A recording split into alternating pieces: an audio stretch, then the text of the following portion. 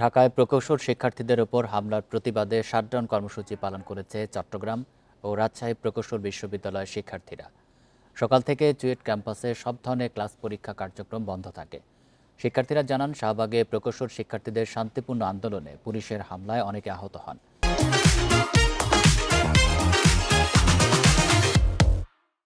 কেন্দ্রের সিদ্ধান্ত অনুযায়ী কয়েক দফা দাবিতে কর্মসূচি পালন করেন তারা। একই ঘটনায় ক্লাস পরীক্ষা বর্জন করেছে রুয়েট শিক্ষার্থীরা।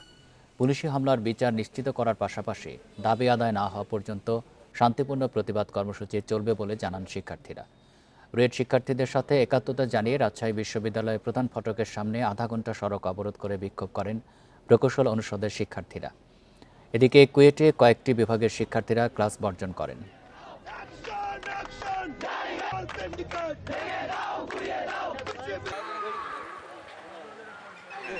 গতকালকে কর্মসূচির পরিপ্রেক্ষিতে আমরা আজকে ভার্সিটিতে আমাদের সব ক্লাস ল্যাব সবকিছু বর্জন করে এবং কমপ্লিট শাটডাউনের ঘোষণা দিয়েছি। আজকে আমরা আমাদের ক্যাম্পাসটা সম্পূর্ণ শাটডাউন কর্মসূচি ঘোষণা করেছি এবং শান্তিপূর্ণ আন্দোলন আমরা অব্যাহত রেখেছি। আমরা এখানে কৃষিবিদ এবং প্রকৌশলীদের সাথে সংহতি জানিয়ে আমরা রাজপথে এসেছি।